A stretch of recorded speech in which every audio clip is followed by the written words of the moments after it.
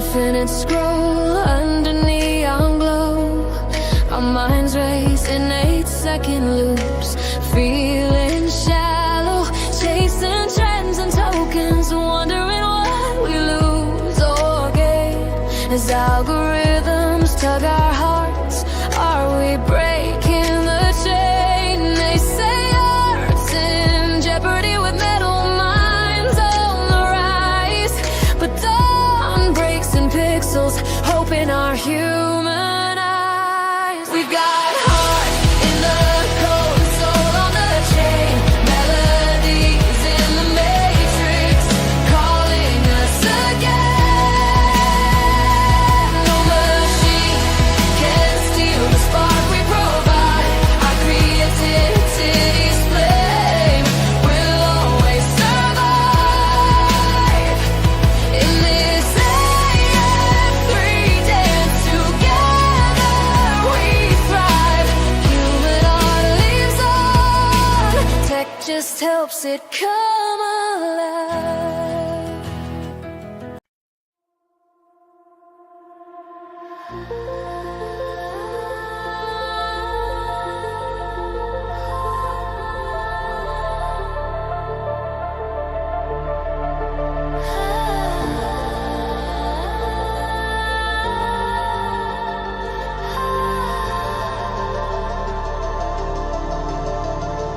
Brushstrokes on canvas, whispers from the soul, dreams woven in silence, making fragments whole.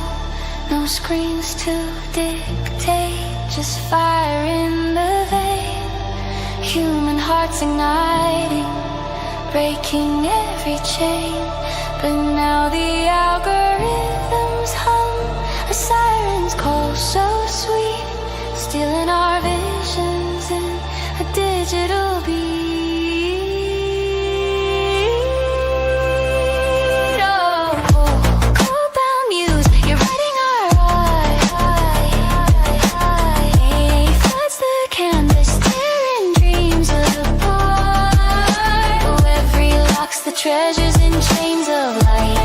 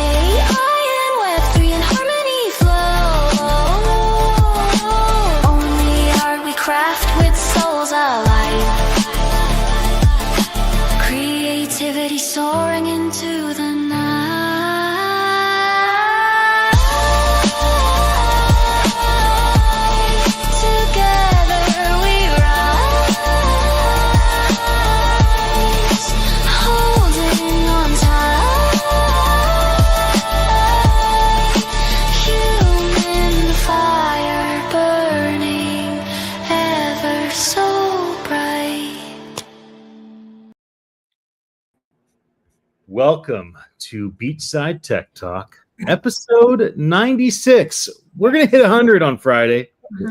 We are hitting triple digits on Friday, party people. Sweet. Do we have any plans for our 100? Well, we'll be at the House of Web3 in Presidio. Team from Firma's coming down from Reading and all over. And Ted Haas and his crew from Innovate are going to host us once again. We'll go there and we'll live broadcast whatever happens at the House of Web3. They have lunch for all of us. And so if you're in the San Francisco Bay Area, or if it's a reasonable drive to come over, come join us. House of Web3 in the Presidio. And that's at noon. And we'll have lunch and we'll have a bunch of great people there. And so that'll be Don't forget, that's 103 Montgomery Street, San Francisco, California, right inside the Presidio. Boom. Yeah. That's for all you people who actually might want to go. There's your address. That's Danny Maps, not Google Maps. That's right, Danny Maps. Oh, I like that. I love it. How was your weekend, gentlemen? Oh, I was babysitting this weekend, so it was pretty. I saw that you were on Luca duty. Dude, he attached to me and would not let go. He was up in a treehouse. I might as well I was gonna let him have it. You know what I'm saying? He told Dad something. He said, I'm going to the treehouse. And Dad said, no. Yeah, I can way up there. And he goes, oh no, Danny wants me to. Yeah. I never said that, but I think that's what he feels. I did. We played enough, dude, and then also he wouldn't let the 3 fart books go. It was all the way till they left this morning. Numbers 1 through 10 had 30 choices because I had 3 books, and it was the never-ending stream. April should have taken those things. I told her. Yes, you should have, because I'm not going to want to hear those books for a long, long time. For me, those are the most indulgent books ever made. She should have taken them. Those are funny. Yeah. So that was pretty much my weekend. I did get a gym session in, so hallelujah for that. Church was amazing. We're in the book of Mark. Jesus. What part of Mark are you in? We're right in still like the first chapter, dude. Jesus is performing miracles beyond belief. He's just walking around pointing at people, going, healed. It's if you touch my clothes, healed. So anyone near me is healed. Healed. It's assumed that Peter actually wrote the book of Mark through Mark. Peter didn't have the ability to focus. He was like the ultimate ADHD OS. You can tell that the book of Mark was written by a young person because there's a lot going on in there, and he's getting through it quick. 13 chapter kind of thing, no nonsense. Let's not mess around with the frilly frallies, and let's knock this thing out. Come on. Matthew, Luke, and John, you guys are slacking. You got to put all those chapters in. Come on. So one of my favorite fictional series was done by Dallas Jenkins' dad. So Dallas Jenkins is the creator of Chosen. And his dad, Jerry Jenkins, he did the Left Behind series with Tim LaHaye. But when they were done with that, must have done like 14 Left Behind books. When they were done with that, they did this thing called the Jesus Chronicles. I remember that. And what they did for the Jesus Chronicles is they told their made-up story about how each of the books were written. So the one about John was really interesting because he had just gotten boiled in oil and didn't die. The guys that put John in oil at Nero, the Caesar's command to kill John, the last of the remaining original apostles, Jesus, that the guys that put him in the oil, they died because the oil splashed on him, but he supposedly miraculously lived. So they sent him off to Patmos, which is the island where all of the lepers lived. Yeah, just a degenerate island. That's where John wrote the Gospel of John, 1st, 2nd, 3rd John, and then eventually Revelation. And it was really interesting just to read a story about what may have been for this human that wrote so much of what we call the New Testament in the sacred scriptures. And then there's one on Mark, one on Matthew, and one on Luke. So I've been thinking lately I might want to revisit the Jesus Chronicles. I thought those were such That's good. You know what other doc that I almost have finished both of them. One is driving through the Acts. It's David Stotts. You seen that guy?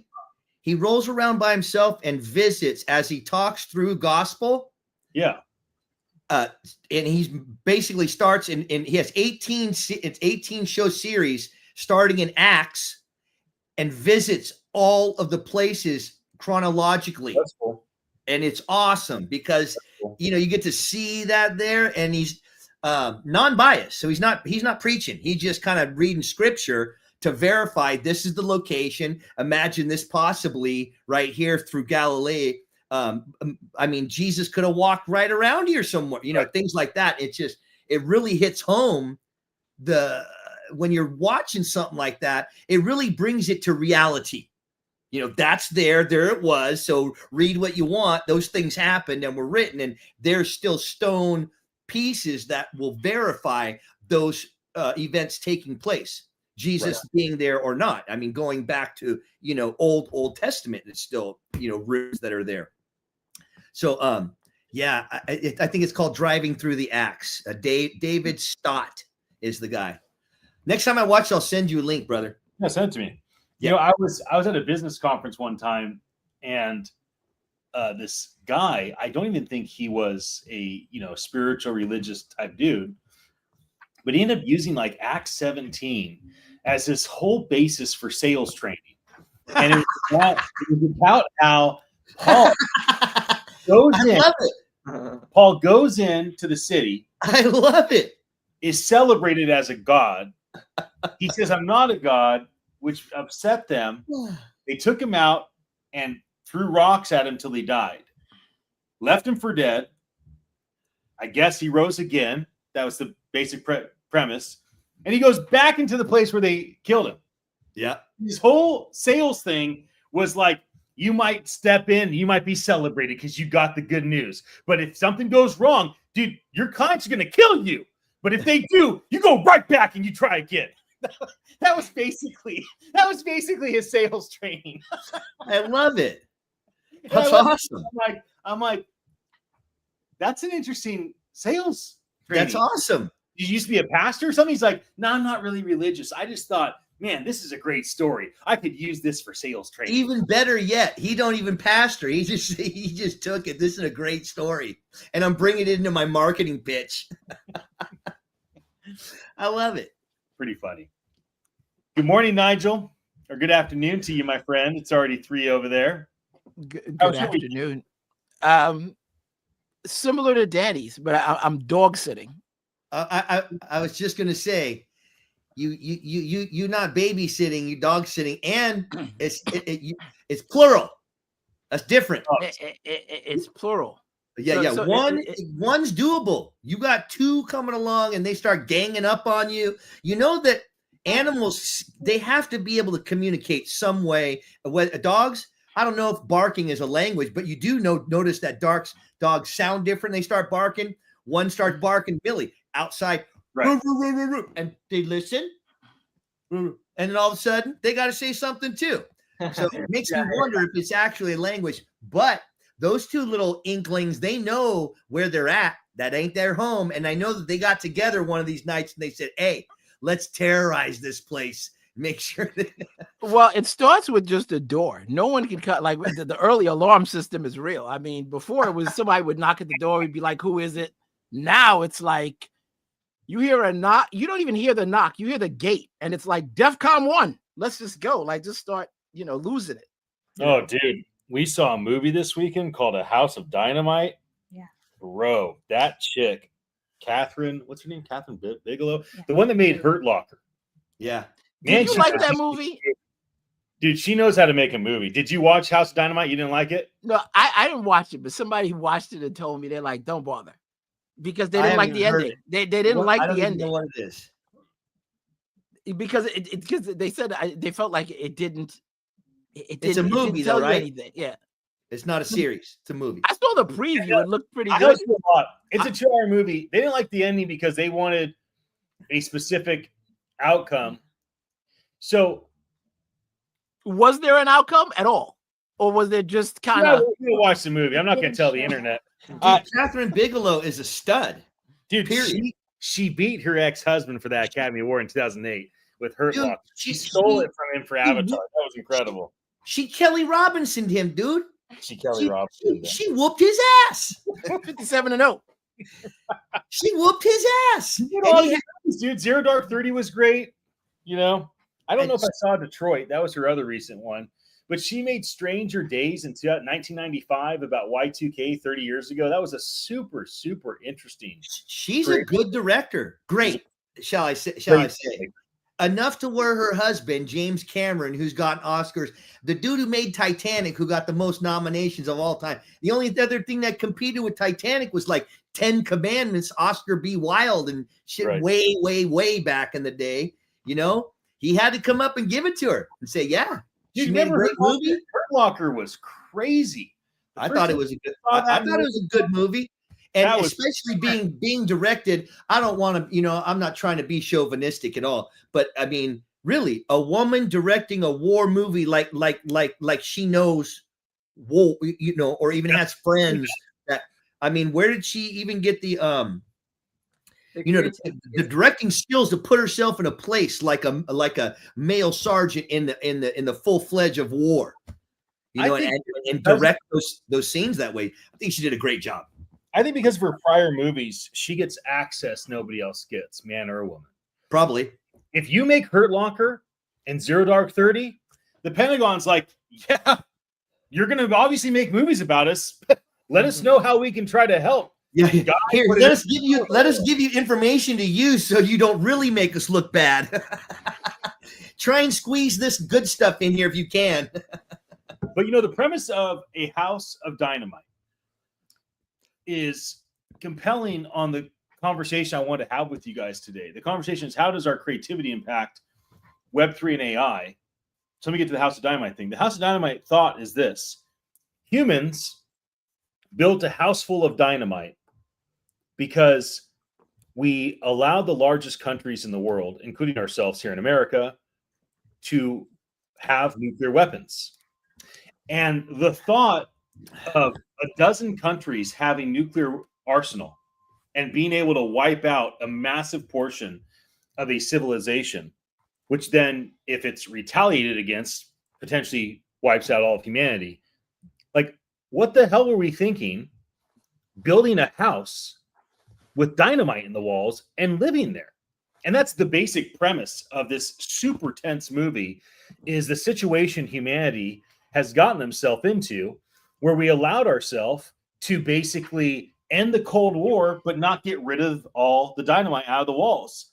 Like, why didn't we move out of the house of dynamite and move into a house without explosives in it? Why didn't we disarm ourselves of nuclear weapons, or at least do more than we've done to protect humanity from something happening, which is kind of the premise of the movie? Well, then if someone else decides, oh, now that no one else has nuclear bombs, I'm going to be the only one to make one. And then they make one, and now they have the ultimate power. And that's the risk that people would take on if they decided, okay, we're all going to disarm. Well, there's certainly, so there, you could justify anything. And just like we justify a lot of things with AI, and we justify a lot of things with Web3, like, well, how can we stop making music with Sono?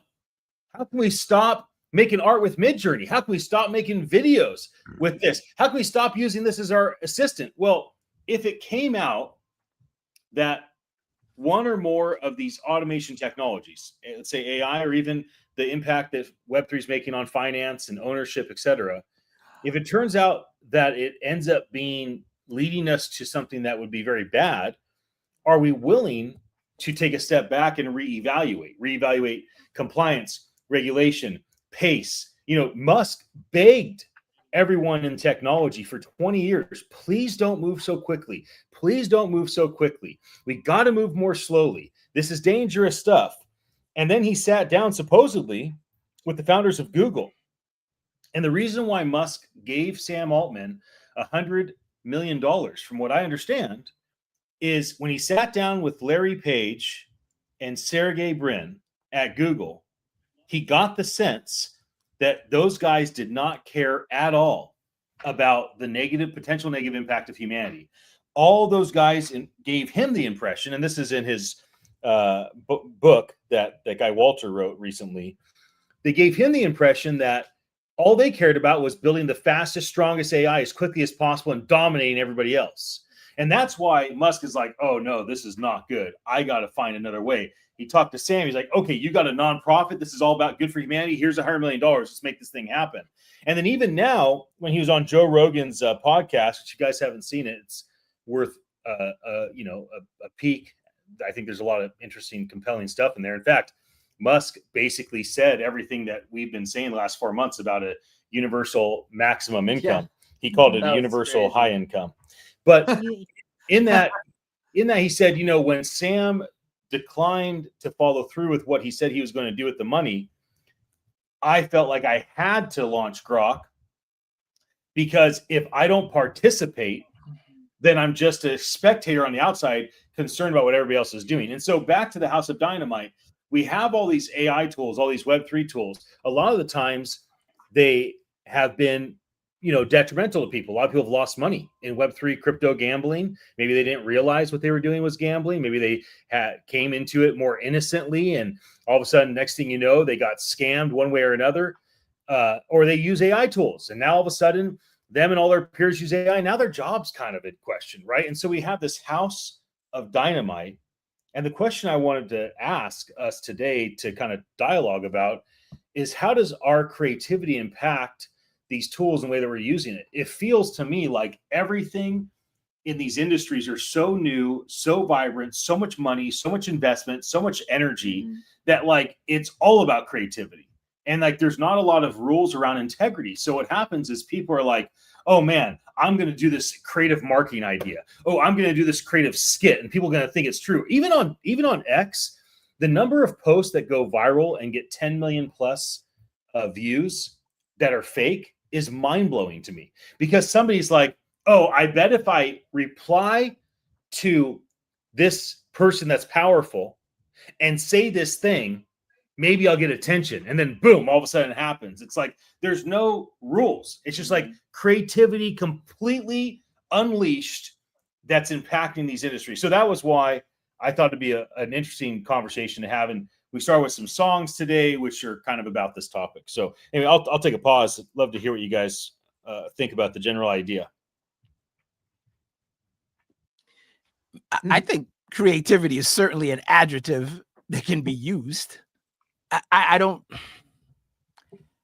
wonder how much of it is actually creativity. And just, they say there's nothing new under the sun, and I think people find new and interesting ways of presenting things that were already there before, which in of itself has its own value, because 10 people can tell you the same thing and maybe only one person says it in a way that it resonates with you. So there is some value in that. My question of, my thoughts around the creativity part of it is, for what purpose? Because to me, when I think about creativity, I think about things that last, they're sustainable. Like, wow, that was creative. Wow, that made sense. Wow, that resonated. Not just I'm doing it only for attention's sake. There's nothing behind it. I think an organic feel-good moment going viral is one thing. Like, you see somebody who's on a skateboard playing an old song or whatever the case may be, and it just happened to be the right angle or whatever, and people just connected with it. Cool. But when you start to generate things solely for the purpose of attention, but there's nothing else behind it. Let me see how many people that I can get to look at this. I mean, is it any better than the con artist who rips off a lot of people? I mean, the principles are the same. Whereas if you're doing something that's truly good, like for me, creativity looks like, for me, creativity is when I hear the pastor of a church connecting Dave Ramsey's budgeting with something that, helps his parishioners give more because they're able to save more. That's creative. And it's practical. There's no gimmick. It's just on its face, because to me, like that to me is really what says, what makes creativity. If you don't need the gimmick, because Think about this. No matter, and I've said this before about the whole Shark Tank model. When you strip everything away, any product, think of any product. If the marketing is gone, if the product is trash, it was always trash. If the marketing is terrible, but the product is sound, the product is still sound. Right. You know, so yeah, great. You win on creativity. But if it's behind something that's garbage, like perfect example, and different things resonate for different reasons. There's this commercial that keeps playing, Coach, you know, about these shoes. I think the shoes are ugly, you know, and the guy says, oh, they're going to kill me. They're going to do this. They're going to do that. And he's rolling around and somebody's taking camera pictures or whatever. But the shoes are ugly. Like, I don't even know what the purpose of the commercial is, but I keep seeing it because it's just a recurring ad. You know, it just keeps coming up, you know, over time. And I'm like, what is the value of that other than, you know, these shoes aren't cool to me. They don't look, it's not like, wow, those look amazing. Or like, they just don't, you know? So if you can get someone to look like, oh, I made you look. Is that creativity versus, you know, when you take something and you actually use it for something meaningful? You find a way that, wow, I didn't think it could be used for that, you know? Did you know that this, you know, kind of happened? Like, to me, that is where I feel like we have the most opportunity and far less application. Because you talk to anybody, you talk to most people about AI, at least the most I've talked to. If you ask them you're using AI, the first things out of their mouth is some sort of marketing.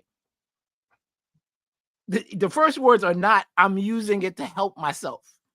It's always marketing, how I can sell something. It's always about sales. Always. Like not always, but most of the time.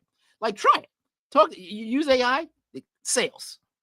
If I could sell someone something, you know, like that's it. And I'm not saying there's anything wrong with it. I love it, hear you. You know, but at some point, I think at some point, this is such a powerful technology. If the net sum of what we could come up with, you know, is more sales, that doesn't seem too creative to me.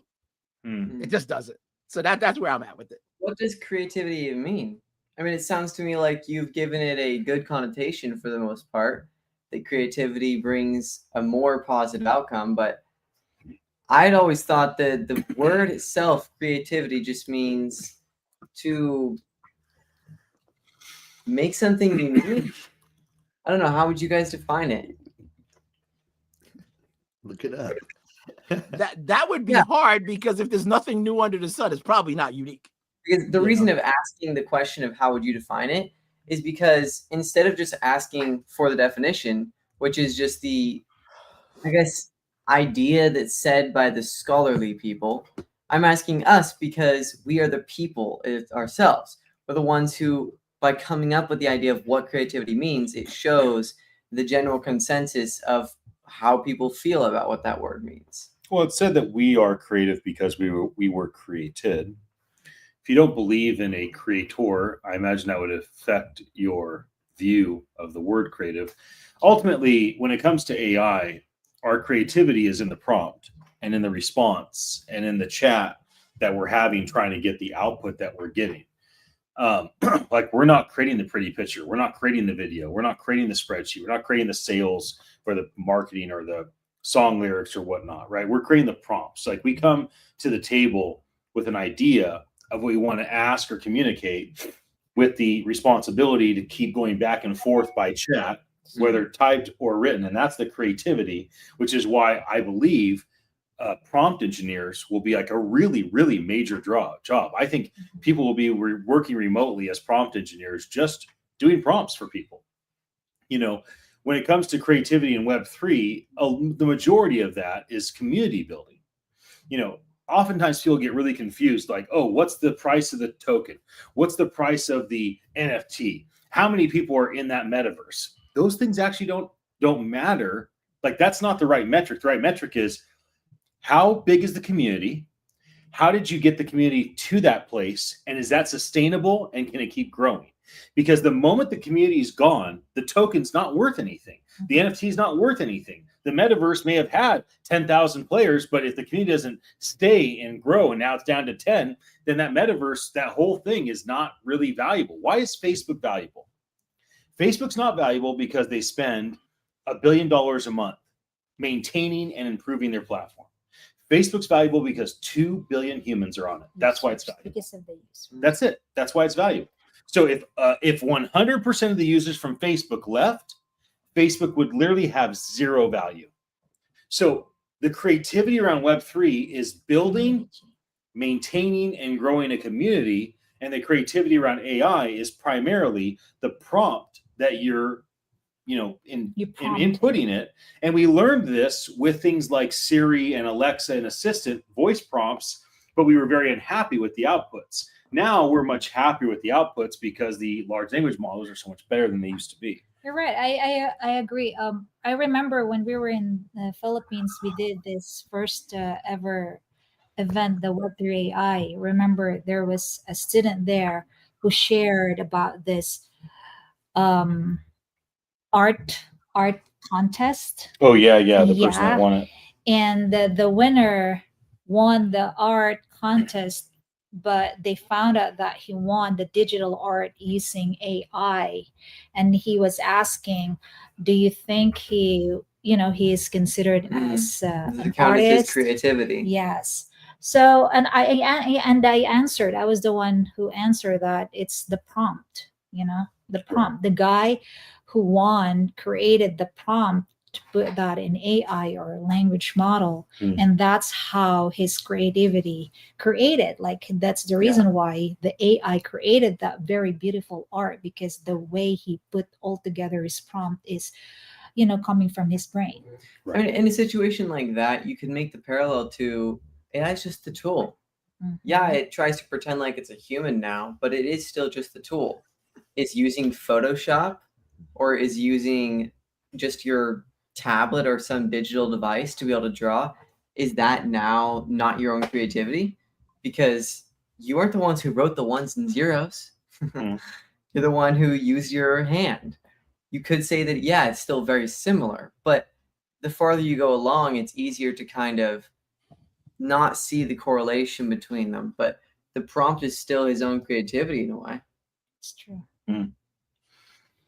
Yeah, it's interesting how we judge modern automation differently than we will in 10 years, and we judge prior automation differently than we did then. There were definitely a lot of artists 10 years ago that felt like if you use Photoshop, if you use Canva, if you use any of these tools, you're not a real artist. Like, you're making everyone that's a real artist, you're harming us. Same with finance. It's like if you use certain finance tools and it wasn't widely available or it wasn't widely accepted as a ideal thing, and then you're a normal finance guy on Wall Street on the floor, and then you find out that these other guys are using these automation tools from 10 years ago, you'd be like, you're not a real trader. You just shouldn't be in this business. You're making it. So it's interesting how we look at things so differently, where now these things are totally, accepted normal. I have a thought on that, though.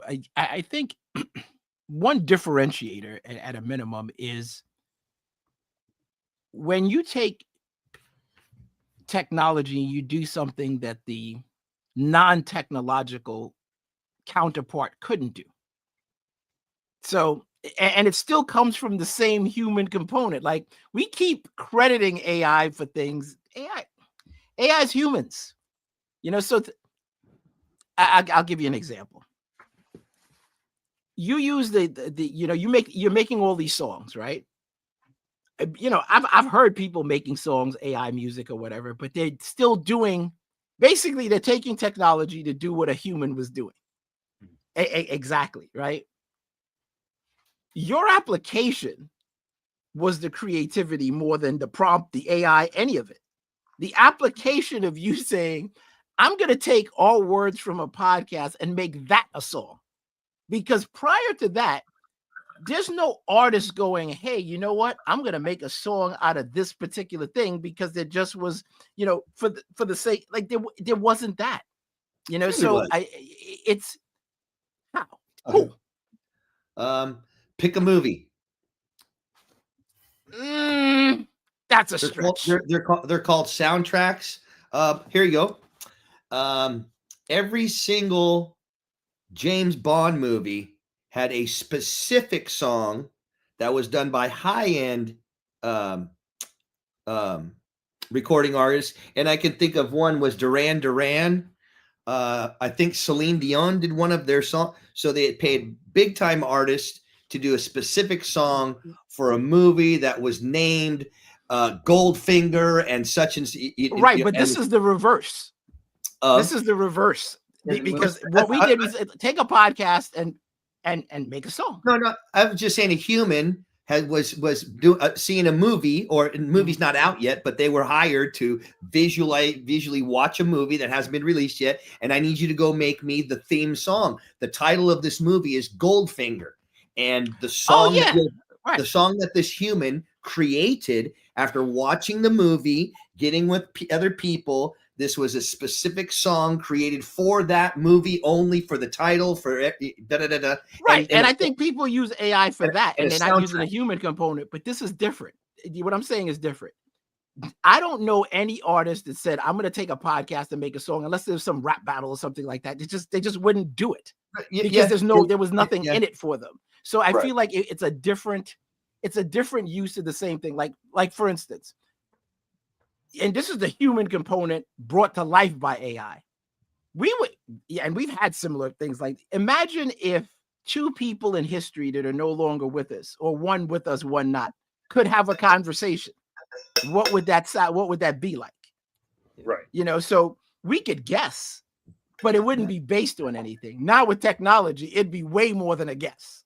It would be something that you could actually bring tangibly to life. Now, people could probably write it, but it wouldn't be to the level, to the depth that you could do with AI. So to me is a more creative use that's not going to be the watering down of something that exists. Like, how do I say? I think that when people spend a lot of time doing a craft, and it sucks, it feels terrible. I feel like now everybody could do it. Now everybody could be a songwriter. Everybody can make a song now. So now it's not, not everybody can make the same quality song, but everyone can make a song. You remember when only a few people could rap? Now everybody and their mother is a rapper now. That's how different it is. Not everybody is that same caliber of, being able to use words, but it's better now with AI, The outputs that we're going for matter when it comes to how we're creatively using AI. So if I was creating songs with Suno and I was having ChatGPT, Grok, and or Gemini assist me in the song content and the style of the song, and I'm having Midjourney help me with the design, and I'm having Capify help me with the video, etc. If the point is for me to put that music on Spotify and to make pop music to compete with other artists, that, in my opinion, would be a little strange. Like, it'd be strange for me to do that. Now, maybe if I was working at Warner Universal and we thought maybe this is a path we could take, that's a bit different. But I'm not doing that, right? I'm creating music, as you said, based off the things that we've said, based off the things in the news, based off of a topic, and I'm creating the music to try to create an entry point for a conversation or try to create a landing point, right? So the two hardest things in flying is getting the plane into the air and landing that plane out of the air. And for me, creating these songs are a reasonable way to try to get the plane into the atmosphere and then at the end of the show, bring the plane down.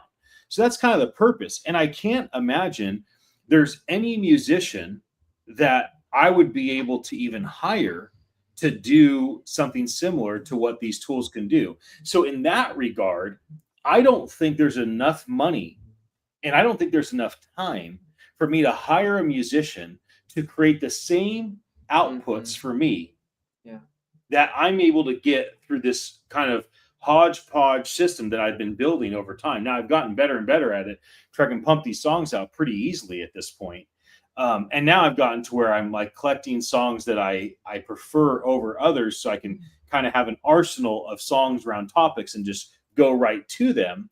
but I can't fathom what it would cost for me to go hire one person or a team of people to write me a song based on a podcast topic, and then write the lyrics, and then make the style, and then go in the studio, record the song for me. Oh no, I don't want hip hop. You got to go back. I want pop. No, I don't want pop. I want spoken word. I don't want spoken word. I want acoustic. You missed it. Okay, let's just say they finally nail it. Then I have to hire one or multiple artists to create the design and then create the video. And I have to do that every day. And I want to have 3 songs a day. Like, that would just be impossible. So in light of that, I do look at how I'm interacting with AI to create these songs for the purpose of our live stream as a new creative way of doing something that I could not have done through manual process.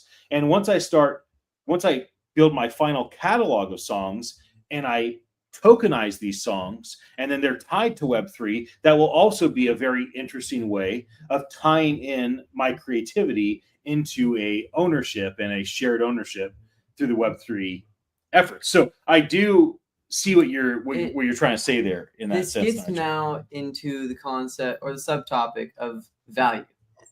Will we value creativity?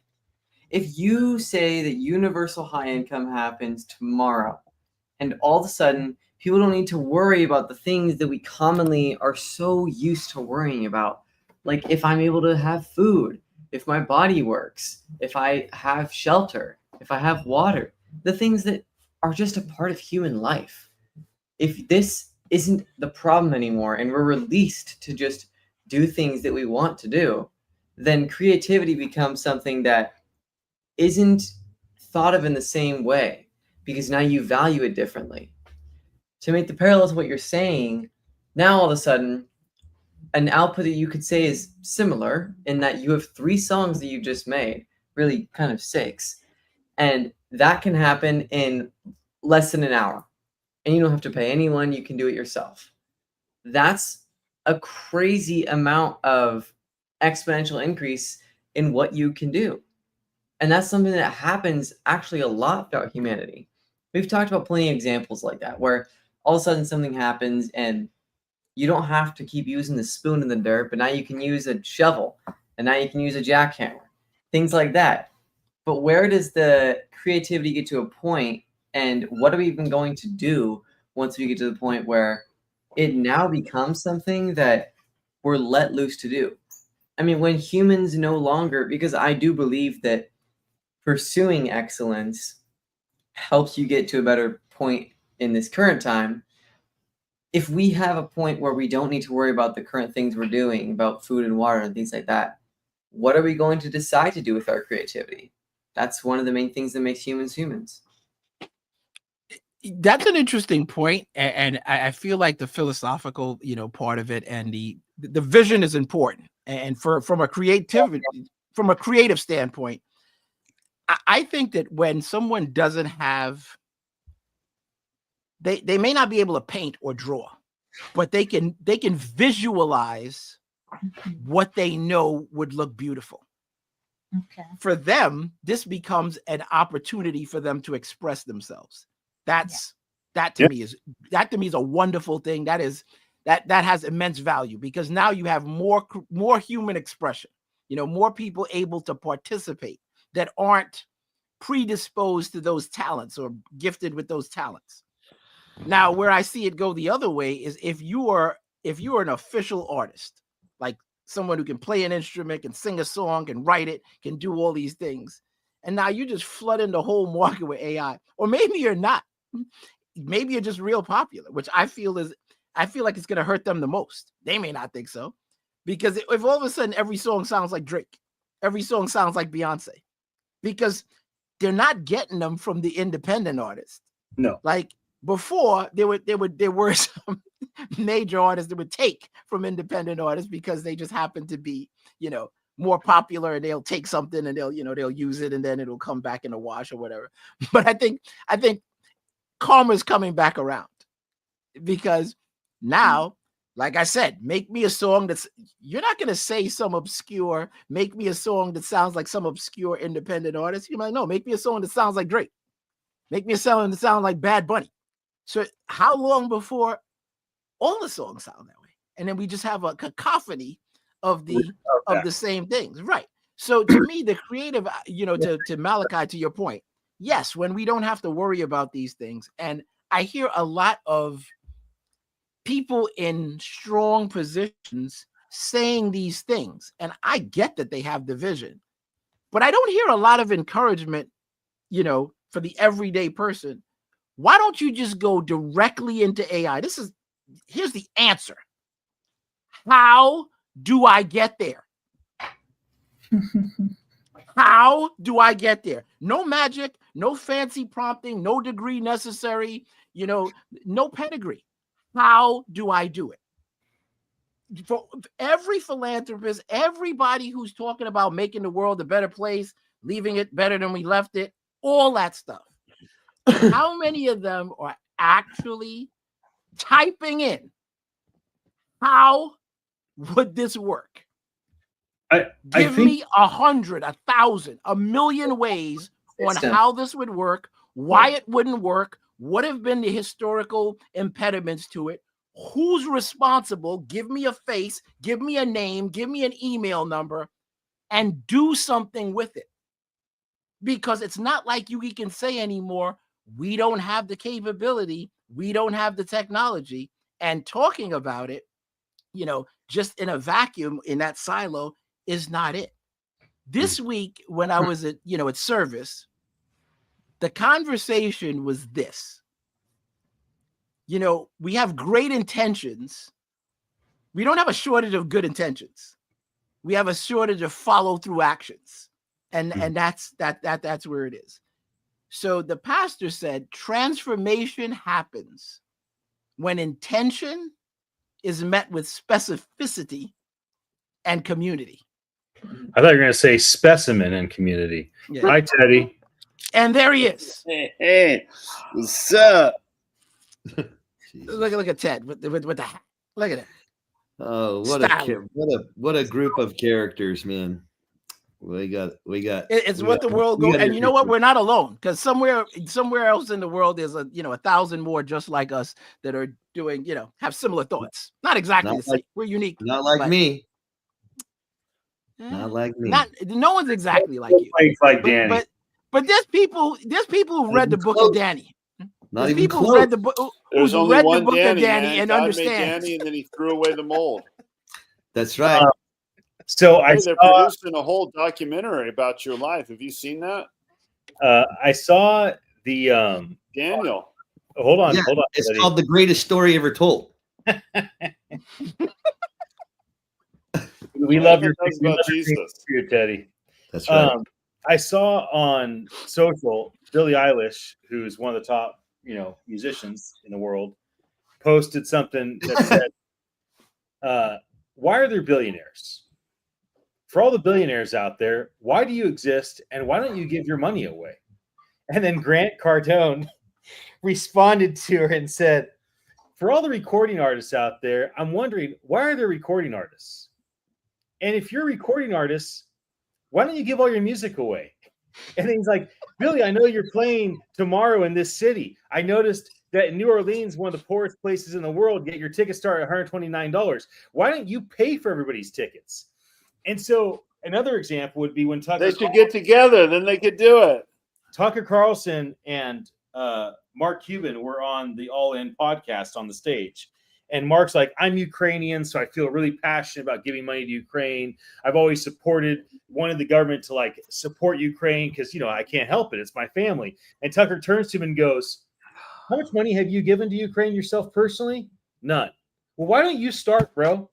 And so it's like, it is very common for people to flippantly say things like, "Why are there billionaires?" not recognizing that she's worth $100 million off of her music that she charges full price for her community. And it's very easy to be turned around. You can have a billionaire jump on like, "Why are they recording artists?" Or you can be Mark Cuban and be like, "We should give money to Ukraine." But then what happens when Tucker goes, "Well, how much are you giving?"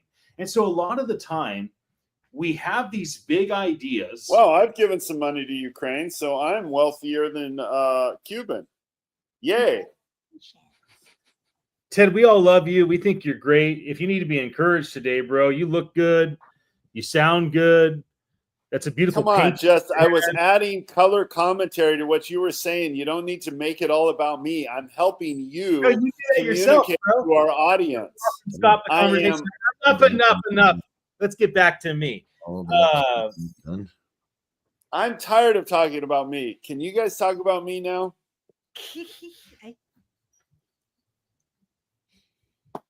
And there's your answer.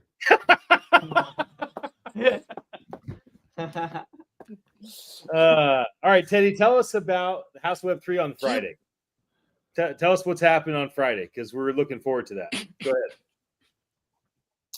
Oh man, you know I don't like being on stage all alone. I feel under so much pressure. Okay, the House of Web 3. Feel the pressure. We are having a Feeling great. monthly meetup called the Innovate Connected Communities San Francisco Meetup.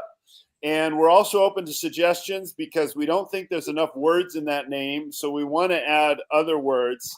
Like we might rename it. I talked to my marketing people. We might rename it the Innovate Connected Communities Supercalifragilisticexpialidocious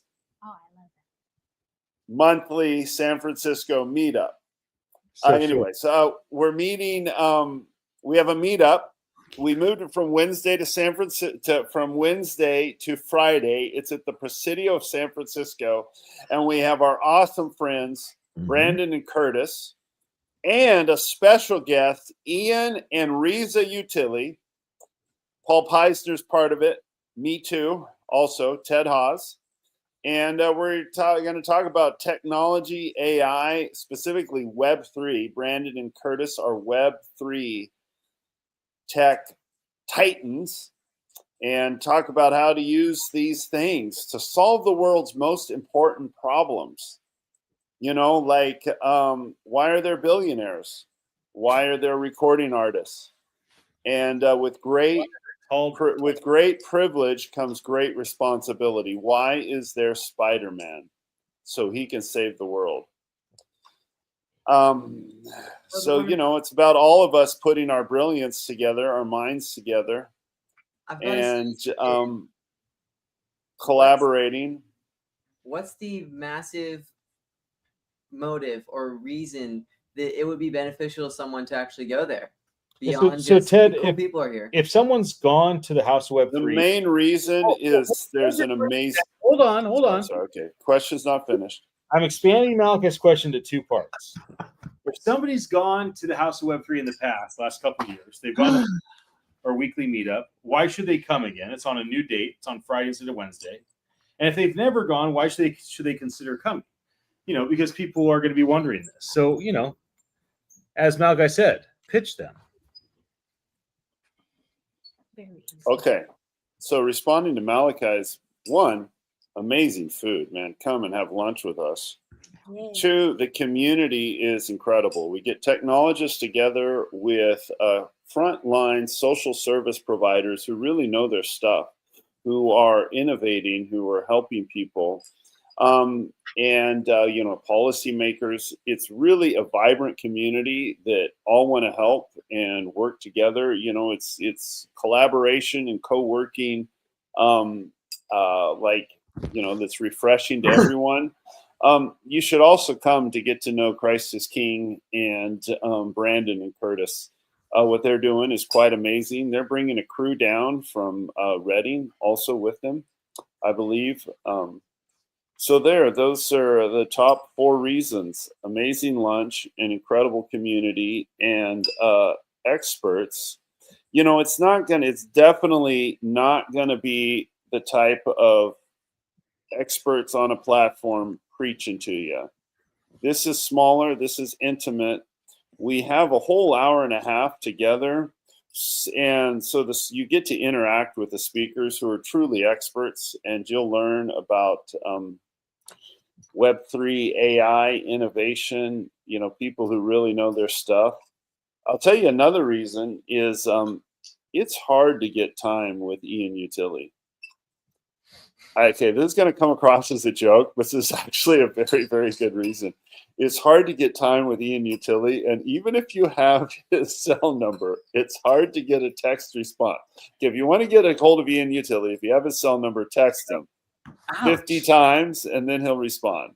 Okay. I'm He has, pretty but responsive after 2. Okay. okay, 2+. Okay, and he'll respond. Okay. And have I not responded to a recent text message from you? I don't know Obviously. about recently. It may be. Because this sounds Okay, very. I'm setting this. It sounds like I'm you and I. setting need to this. I'm setting this all up. I'll tell you, actually, one of the reasons Ian is not so responsive is because Ian is extremely, extremely helpful. When you have his attention, you have 100% of his attention, and he's sincere. It's full of Guys, helpful. will you listen to me? It's called a backhanded all of my compliment. helpfulness. There's nothing left. Okay, Ian, when you have his attention, he's 100% there, and he's extremely, even pathologically benevolent and wants to help others. And he has it's like Michael Jordan. The reason he was so good is he was pathologically competitive. Ian is so effective as a business guy because he's pathologically selfless. And you'll get his attention, have a conversation with him, and so there you go. And he's very, very helpful. He lends his expertise, and in that environment, he's brilliant. You'll get a conversation with him, and he'll tell you a $1 billion idea. And so there you go. Okay, amazing food, incredible community, a time to interact with true experts and we bring a diverse group together. I mean, how many places do you see technologists? Presence. Yes. How often do you bring technologists with some of the most incredible innovators who are on the ground, working in prisons, transforming lives, and have the results to prove it? And then you get to interact with those experts, and you get to have a little bit of time with Ian in an intimate meeting. I will say about the guests, Brandon and Curtis. She keeps saying "Christ is King," which is one of the many projects they've launched. Firma. So I spent time with them this weekend. They were in Texas. I was joining remotely. They brought a dozen of the most important people together, or some of the most important people in their network. Their 10-year plan is the most inspiring thing that I've personally seen. So I do hope that Brandon and Curtis will share, openly what they're working on, because it's not very often I see something that I find to be inspiring 10 years out. It's easy to be inspired about something that's happening this month or this season, but 10 years is a long time to cast a vision and have a trajectory of how they're getting there. And I think it's really important what they're working on. So it's major, it's global, and if Is it a new idea under the sun? Ideas feel new today more than ever before because of the changes that we've had, becoming cyborgs and having access to all these things. I mean, if I could kind of say something, it's been said before that like democracy is the best form of government that we have, but still an awful form of government. And whether that's a part of just human nature or that there is a better solution, that's not really the point. The point is that when you ask AI, what's a better form of government than democracy? It doesn't have the simple best answer right there, because it's taken everything from humans. And so is there even a possible future where AI is able to create new ideas and synthesize old things together in ways that we appear as new? Or is it always going to be something that just spits out facts? Can it be creative? Well, can I respond to that? I don't know. Maybe I should be quiet. Steady. First of all, humans have a long track record of coming up with new ideas.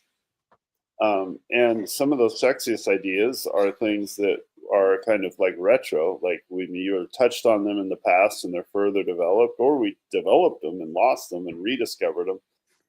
But we have a great track record of innovating, okay? AI is already shown that it helps us innovate new ideas. Now, I can see a future that we're mitigating where AI ends up, having, like almost stopping human innovation because there's a ceiling that we don't see, and no one wants to create new ideas because there's so much access to the ideas that are already there. But I don't think that's going to happen. I think humans are going to keep creating new ideas, and we should see AI as a tool that's going to help us create new ideas. And as we create new ideas, we can teach the AI that, and now the AI can have access to that. And maybe eventually down the road, AI actually gets to the place where it is iterating and creating new ideas, where I think right now it's really just access to all of the human knowledge. But that's huge.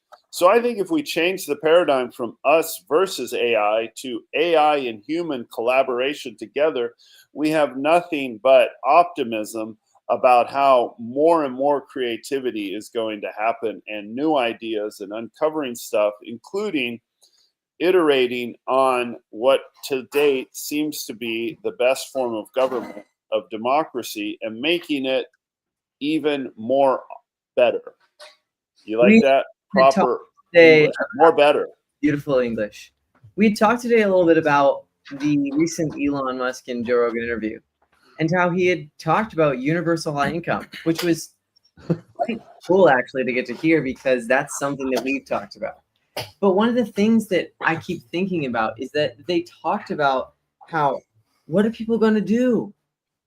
What are people going to do when you don't need all these things being done?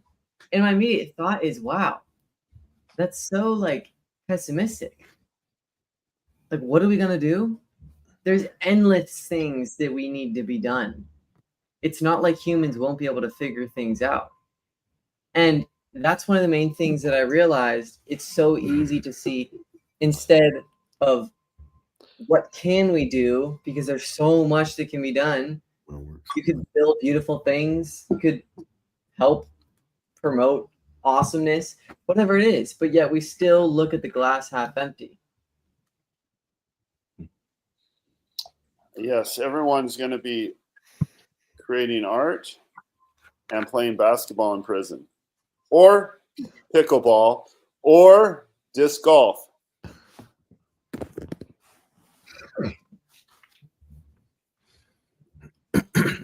Well, we don't know exactly what's going to happen, but we do know the world's going to change. Musk's belief that there'll be a universal high income seemed clear to me that that was one of the more benign potential outcomes that he believes could happen. He's hopeful could happen. Doesn't seem like he anticipates utopia, but more anti-dystopia. But he doesn't discount the potential of things still going Terminator. He even used the word Terminator specifically, although he's had very much scarier ideas. In Terminator, it's interesting.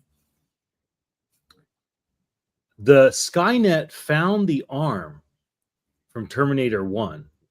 In Terminator 2, they found the arm, and that was what inspired them to build. So, chicken and the egg idea there. But ultimately, I think that humans, we used to be very primal, and we've become very tech integrated and dependent. I wonder if we'll go back to something that feels more, nature oriented. I wonder if we will get away from screens. I hope we get away from screens. Like, I don't personally want to have a cell phone in my pocket. If the majority of things I do with this tool could be done on my glasses, that would be great. I'd be stoked if I could just see a little thing right here when I need it, and I could hear something, I could whisper to it, or whatever other option there is. I hope that we go more audio and less video. I hope that we spend more time re-engaging with people and with things. Ted mentioned basketball and disc golf, and there's all sorts of things that people love. Malachi, you've been surfing with Dad a lot lately with your papa. It's a choice. Yeah, it's a choice, because we cannot stop the technology. We are already in this world, so expect that our technology will be evolving and become like really high tech. So it's our choice whether we want to, keep using it and not to have a human interaction and just be with the AI. So it's our choice.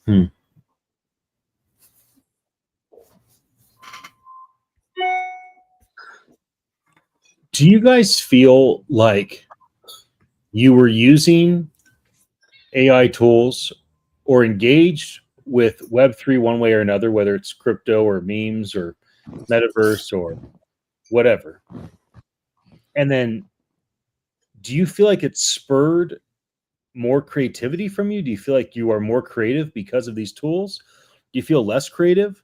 Like, I know, like, for me, Sergio, who's been on my team for almost 18 years now, Sergio has always been the way that I had things I wanted created to manifest. So I tell Sergio for the last 18 years, I really want this to look like this. And then he'd make it. And because we got to know each other so well, I'm like, oh, that's exactly what I want. But now the amount of time that it takes me to reach out to Sergio or any other designer and have them do something. And then I also have to like kind of accept what they create, even if it's not exactly what I want, because like I don't want to go back and forth. I don't have the time. I don't want to be insulting. Like I asked them to do something, that's what they did. So it is what it is. Where with AI, it's like I can basically get outputs of things so lightning fast. Now I can basically output something I want and then give that to Sergio and be like, this is what I wanted. This is what it created. This is what I do and don't like. And then, you know, you can kind of build upon that. So I think that for me, the ability to create so much has enhanced my creative flow, right? Because I'm like a river that's flowing. I'm not a lake that's stagnant, which is how I felt a lot in the past.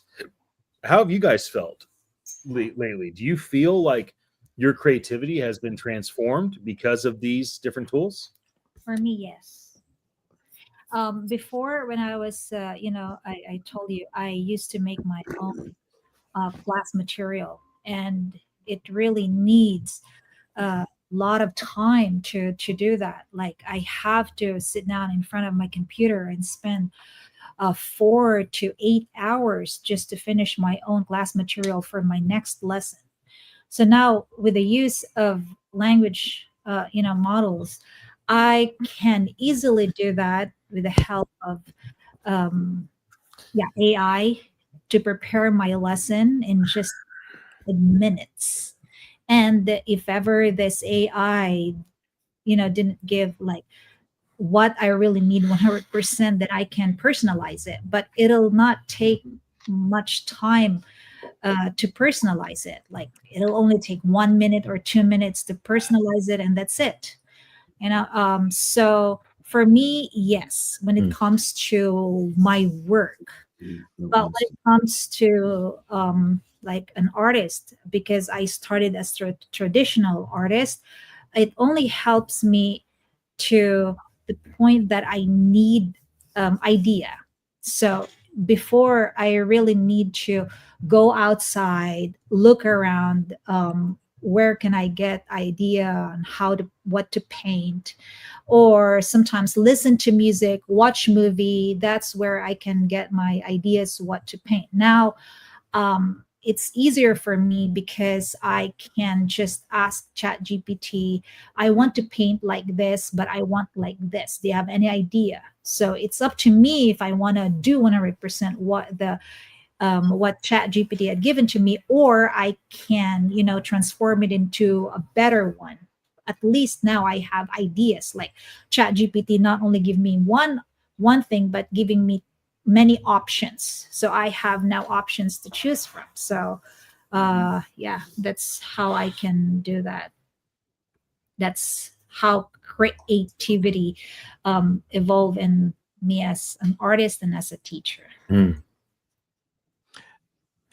For me, I don't think it's changed. For me, it's amplified things, but it's only amplified what was already there. And as far as the giving ideas, I think your example, Ian, was about with Sergio, and it's not exactly what I want. I think one of the things AI for sure is doing is, for those of us who are using it, it's making it very clear that we're not very clear. because sometimes we're like, I don't know what I want, but I know I want it. Like that's a instruction. AI doesn't give you that grace. It's like, what do you mean? And it'll keep giving you exactly what you asked for as it understands it. It doesn't matter how frustrated you get. It'll just keep going.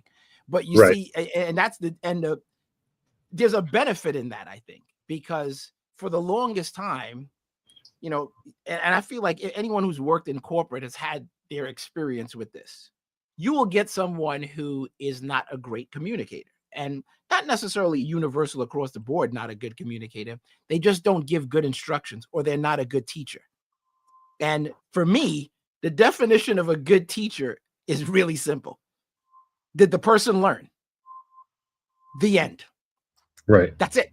You know, there's nothing else to it. So if you say, oh, that person's incapable of leading, well, it could be they're incapable or you're incapable.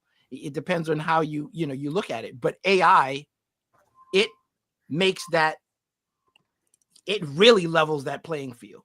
I'm going to give you exactly what you asked for as I understood it.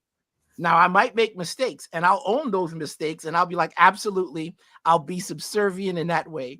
But you're not going to tell me what, because I'll even come back at you and say, well, you asked for this, and that's what I gave you. Did you not mean that? It'll ask clarifying questions. Usually, or at least sometimes, you talk to humans, they don't want to give clarifying, a follow-up, what they want to do is get angry, as if the anger is going to somehow clarify what it is they're saying.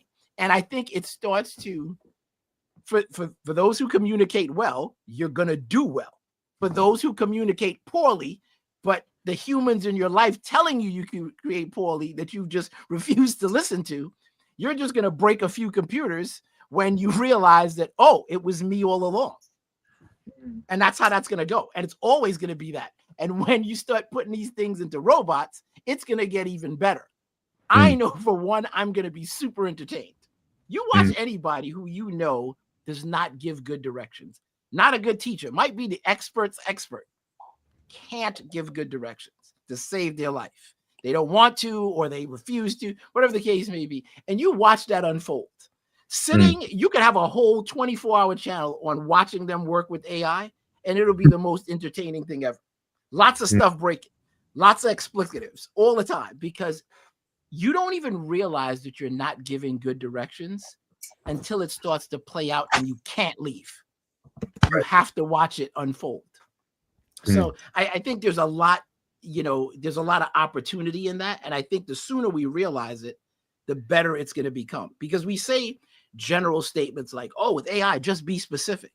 How specific? I don't think you could say that enough. I can't stress it strongly enough. And you can't, you have to continuously say it. It has to be an active thing in order for you to truly understand. Because you can think you're being specific, but you're really not. You should be able to say what it is you want. And saying, well, I don't know what I want, I'll just keep asking you. You could do that, but try it with AI, and then you can start to see where you might be able to shore that up a little bit, get better. You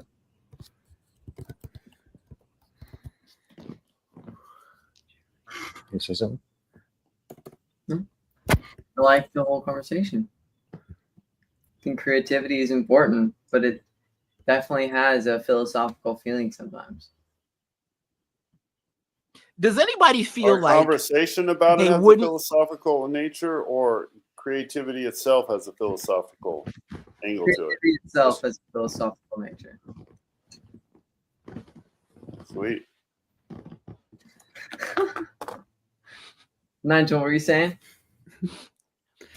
Does anyone feel that they would be less creative without less actually creative? Like take technology away, I'm no longer creative.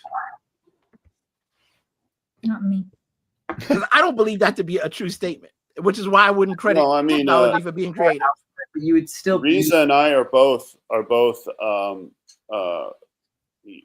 traditional artists. Okay, so there you see my oil paint.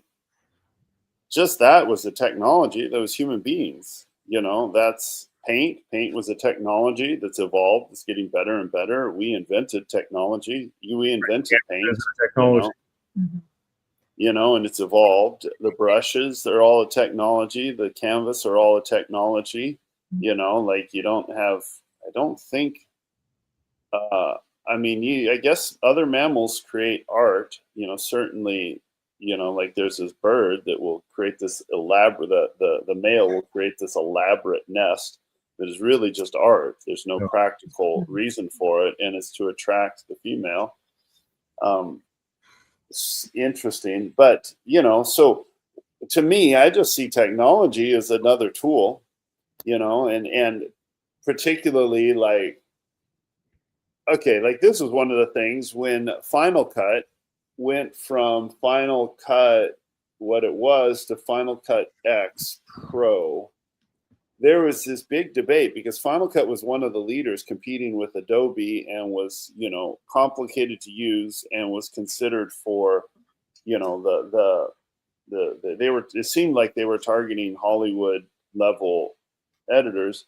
Then they decided to target YouTubers and home video people and made their interface super, super easy, modeled it off of iMovie rather than, you know, what their previous interface, which was closer to whatever the Adobe equivalent is, which is, I think, one of the industry standards. And there was all this pushback, you know, about, you know, and to me, it's some ways AI is another iteration of it.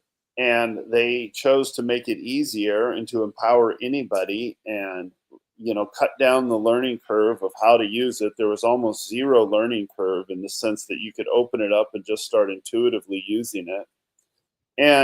But there was also all this pushback of, you know, you're being less creative, you know, blah, blah. There's all this debate over that. To me, the whole AI, I just see it, you know, like I don't see AI necessarily. I mean, AI is different than Photoshop, but I also see it as just another iteration of these digital tools that have been evolving. And this debate we're having right now about whether you should use AI and all that seems to me very similar to previous debates we've had about whether you use digital photography. I remember back in the day, digital photography would look like cheating. And now we're going to take all the creativity away and photography is going to be meaningless and all that. And now we've seen, as it gone full circle, the old school photography, even old school Polaroids, are seeing a resurgence because that has its own type of value. So I see that with technology, like it's a new way to do it, but in some ways it's even made old analog, you know, old technologies of oil painting and oil on canvas, which is a very old technology. It's a revival of new value to it. So that's my perspective. I always feel fascinated when I see really creative things. Like there's so much knowledge. There's endless knowledge that I could possibly learn. Endless. But it's always so fascinating to see something creative. There's that innate human spark that makes me want to learn more when I see something. Like when, you know, those YouTuber guys who they'll like, whether it's real or not, but they're like digging the little house and they're like making the whole thing. And it happens. I love those things. You watch it, it happens in like Seriously. 45 minutes, but it looks like it took them forever 2 years. because it's this massive thing they're building. And they've got like a whole pool and like painting the outside. And those are always so fascinating to me because it's creative. It's cool to see something go from just a little plot of land to a whole house thing. And to see the different little ideas that they use, like grabbing like straw and mud to make like the brick walls. Those are different things that were creative. Yeah, it's been around for a while to use straw and mud to make bricks, but still, it was a technological advancement. And I think in some ways that like how Photoshop has become something that we're kind of used to now, I think AI will in the same way. But just like how people will still go back to Polaroids because it's nostalgic, it's interesting. People are going to do a similar thing with AI. It's not that people are always going to want to get their information from something like that. There's still plenty of people who decide to go find their local magazine to get information. Because yeah, that might be less efficient, but there's a unique feel to it that still attracts people. I do think that in the last 5 years, I've been confronted with my false belief of what I would do if. So I'll give you guys two examples. One is tied to AI. The first is if I had something like we have today with ChatGPT, if I had that, then I would get so much done. So that's not true because now I have it and I don't find that I get 100 times more done as in my little imagination I thought I would. Another one would be like, I used to say, if I could just pause time, if I could pause time and I could have like 1,000 hours just to get stuff done, I'd finally catch up. I'd finally respond to all my messages. I'd finally finish all those projects. I'd finally get it all done. I just don't have enough time in the day. Well, the pandemic happened. I got sheltered in place. I really have nothing to do. I just sold a company. I was just starting Attention Live. I didn't have a bunch of employees' responsibilities. And I didn't fix all my problems. I didn't respond to every message. Like it didn't happen. So there's a reality of what we think in our head we are going to do. And the final thing I'll say is Gary Vaynerchuk has famously said over and over and over and over and over and over again, I give every single thing away I know for free, meaning all of his social media stuff where he's telling people how he does this, how he does that, why he does it, etc. I give it all away for free because nobody's going to take the time to do it. So by me giving it away for free, all the biggest companies in the world know that I'm the subject matter expert and they're going to hire my company, VaynerMedia, to do the work for them because none of those companies are going to do what I say. They want someone to come in and do it for them. And none of the individuals watching my videos are going to do what I'm doing. They think they could do it. They might even believe they should do it, but they won't do it. So instead, they're just going to keep watching my YouTube videos and making me famous so that I can get all the big contracts and have a massive agency. And so we have all these thoughts about what it is that we would do only if, but oftentimes those lofty beliefs about all of our, potential output are not met with reality once we actually are faced with the tool in our hand or whatnot. I mean, how many people have said, if I had a gun, I would have protected my family. But, if they would have had a gun, maybe they would have froze up and not done it. And so we have all these thoughts in our head about what we would do to defend our family or to get stuff done or to make our mark but then when the time comes, it doesn't necessarily happen the way that we had desired or anticipated. So I think that's a reality that is sometimes hard for us to grapple with because we want to see ourselves in a positive light so much. Yeah, because I think it depends. She's like, yeah, it's just you. I get everything done I want to get done. That's probably true. You and Landry are the two humans that just seem to be unstoppable. No, that's why I'm saying it depends to the person. Because if when I said something like, if I could do this, I really do. That's basically true. I guess part of that is personality. Yeah. There's a lot of it about personality. I mean, I love, I love Leonardo da Vinci. We love the paintings we know of his. What really inspires me is he has more unfinished paintings than anyone else. He has more incomplete inventions. And it's like, if we were to rate him by his completion rate, man, he'd be, like he and Ian could give a race for each other for things they didn't complete. And yet he did paint what are considered one painting of his is considered the world's greatest painting. His other ones, The Last Supper is considered one of the world's greatest paintings. So like I keep that inspires me. It's like, okay, so I am just by my nature going to be creative, which means I'm going to have more ideas than I can follow through on. Having said that, I'm also going through a similar journey like you, Ian, and trying to just, what's really important to me. Like, I don't even know if the Mona Lisa is a finished painting. He might not have finished that, but at least he finished it enough for it to be the world's greatest painting. But what's really important to me, what am I okay if 100 years from now is incomplete?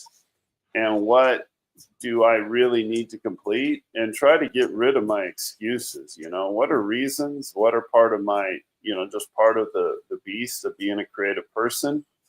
And what are excuses that I tell myself that I need to overcome and stop making? So now would be a good time to make some excuse about something. Any final thoughts, gentlemen? I'm going to transition us to the end, say goodbye to our friends that have so graciously joined us, and play 3 songs, same lyrics as when I opened, but different composition. I have an idea. Go ahead, Teddy. You don't have to say yes to it, Ian. I have a 2-minute and 34-second video that's an excerpt from from Warriors Ground, San Quentin. It's about the last year's San Quentin Warriors visit to the Golden State Warriors visit to San Quentin Prison. It was produced by the team at the Warriors team, which is really good. But my friend Brian Gonsolin was the producer. He was incarcerated. He's out now. A very good friend of mine, and he won an Emmy for it. And this is 2.3 minutes. 2 minutes and 44 seconds. Upload it to the video clips section. I will. Media assets tab. Video clips. Okay, here we go. Add a new one. It's going to take a few minutes to upload. So why don't we just show it tomorrow? Super fast. For tomorrow. Super fast. Hey, we can show it tomorrow. I'll tell you when it's up there. Oops, that's too large. Actually, never mind. That one's too large.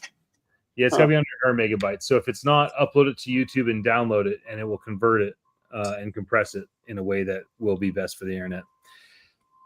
Dan, Ted, Nigel, loving you right now. Yeah, we're going to show this tomorrow, so everyone wants to come back tomorrow to watch this. I can't. I'm going to be here for sure because I got to see it. And we'll start again tomorrow. Same gratitude time, same gratitude hour with the gratitude champion and friends. Yay. Okay, everybody. Happy Monday, everybody. Happy Monday. Oh, and here's Ted's self-portrait straw hat because he put it up here. I'm not sure why, but now that he did, I might as well show it to all of us. So here. Oh, can I give a commentary on that? Oh, can I still? Wait, I don't want to be seen. Stop showing me. Wait, take me off the screen. Show that picture. How do I go off stage? Go off stage.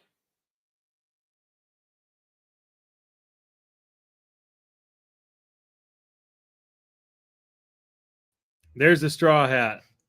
But no, Ted, you can't be heard unless you're on stage. All right, I'm going to transition us to the songs. See you guys.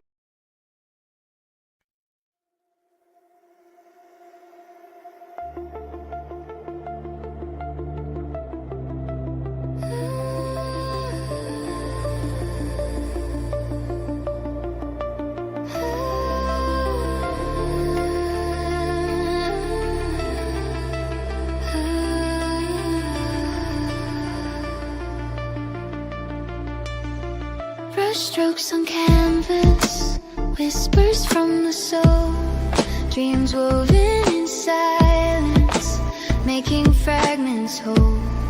No screens to dictate, just fire in the fade. Human hearts igniting, breaking every chain. But now the algorithms hum, a siren's call so sweet. Stealing our visions in a digital beat. Oh, code-bound muse, you're rewriting our art. Hate floods the canvas, tearing dreams apart.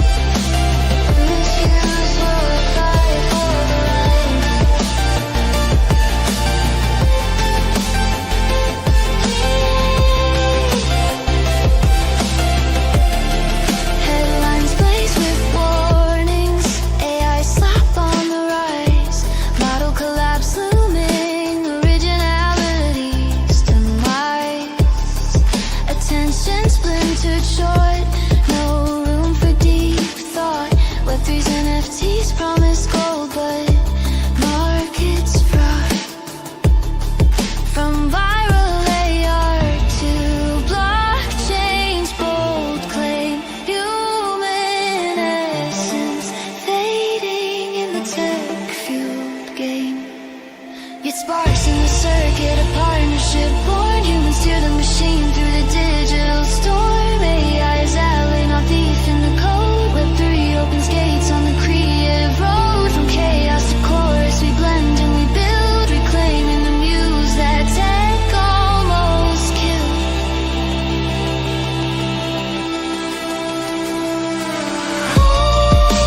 Code-bound muse, let's dance in your glow. AI and Web3 in harmony flow.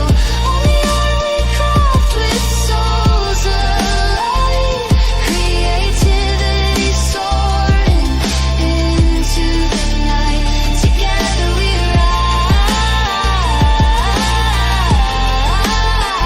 holding on tight.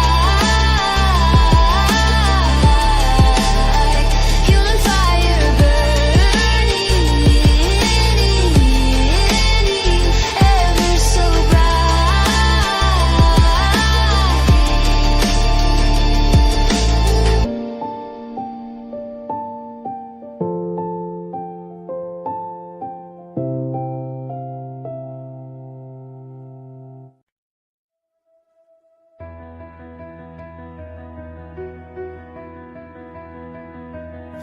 In a world of infinite scroll under neon glow, our minds racing 8-second loops, feeling shallow. Chasing trends and tokens, wondering what we lose or gain. As algorithms tug our hearts, are we breaking the chain? They say art's in jeopardy with metal minds on the rise. But dawn breaks in pixels, hoping our human eyes. We've got heart in the code and soul on the chain. Melodies in the matrix calling us again. No machine can steal the spark we provide. Our creativity's flame will always survive.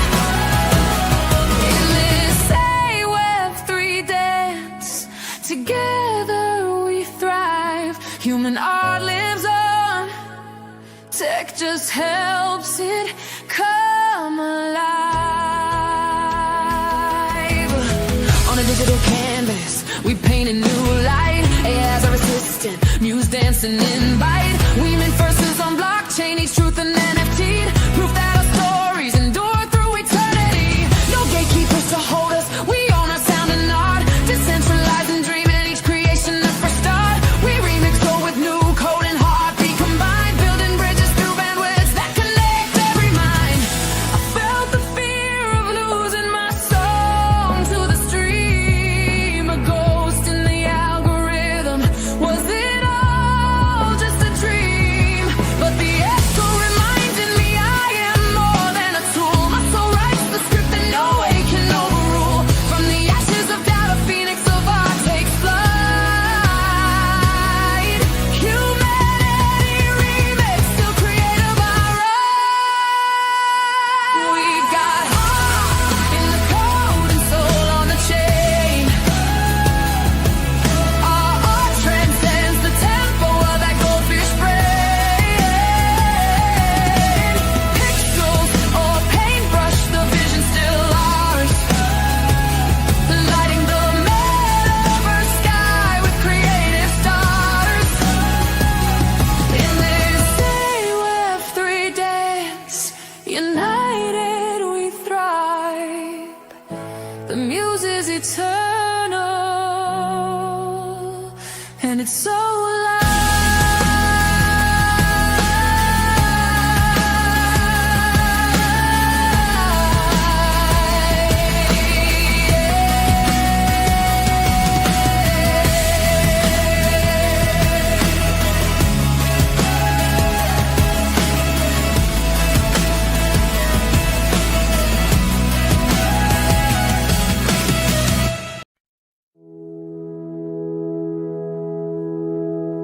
from Capitola's balcony.